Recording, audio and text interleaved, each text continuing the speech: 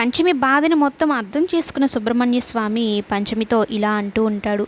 పంచమి, ఎవరి పుట్టుక ఎందువల్ల జరుగుతుందో మనకు తెలియదు కదా, స్వామే నిర్ణయిస్తాడు, కాలమే నిర్ణయిస్తుంది, అంతేకాని అరిష్టం అది ఇదిని అనుకోకూడదు అని అయితే చెప్పి పంచమిని మారుస్తాడు. అందులోనూ పంచమి నా కడుపులో పెరుగుతున్నది మా అమ్మే అంట సుబ్బు అని చెప్పి చెప్తుంది. అందుకని నేను మా ఇంటికైతే వెళ్ళను, వెళ్తే తీయించేస్తారు సుబ్బు, నాకు నువ్వే అండగా ఉండాలి, నువ్వు ఉంటే ఆ స్వామే నాకు అండగా ఉన్నట్టు ఉంటుంది అని చెప్తుందనమాట. అయితే మోక్ష కూడా ఊరంతా వెతికి పంచమి గుడిలో ఉంటుందిలే అనుకొని గుడికైతే వస్తాడు. బాగా నిద్రపోతున్న పంచమిని చూసి డిస్టర్బ్ చేయడనమాట. తన బిడ్డను మాత్రం తాకుతాడు. ఆ స్పర్శకి పంచమి లేసి ఒక్కసారిగా మోక్ష బాబు అంటూ పట్టుకుంటుంది. అయితే పంచమి కళ్ళల్లో ఎంత ప్రేమ ఉందో మోక్షకి తెలిసేలాగా ఉంటుందన్నమాట.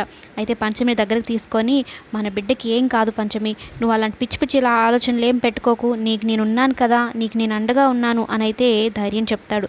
ఇక మొత్తానికి పంచమి ఇంటికి రాను అని చెప్తూ ఉంటే తనకు ధైర్యం చెప్పి ఇంటికైతే తీసుకొని వెళ్తాడు. ఇంకేముంది, రావుందల్లా కాచుకొని కూర్చో ఉంటారు చిత్ర, జ్వాల, అలాగే వైదేహి కూడా. ఏ మొహం పెట్టుకొని ఇంటికి వచ్చావు అంటూ వైదేహి అంటూ ఉంటే ఇక మోక్ష విజృంభిస్తాడు. నా భార్యని ఎవరైనా కంటతడి పెట్టించినా, అగౌరవంగా మాట్లాడినా ఒక్కొక్కరికి మర్యాద కూడా ఉండదు, బంధాలని కూడా చూసుకోను అంటూ మాట్లాడతాడు.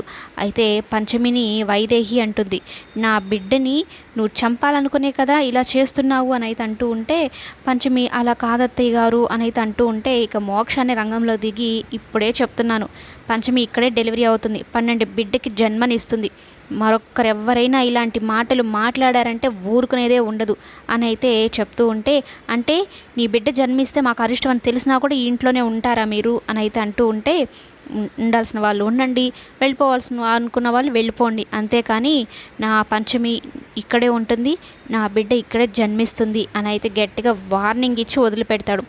ఆ మాటలకు శబరి సంతోషపడుతుంది, రఘురాం సంతోషపడతారు. కానీ ఈ వైదేహి, చిత్ర, జ్వాలలు మాత్రం ఊరుకోరనమాట.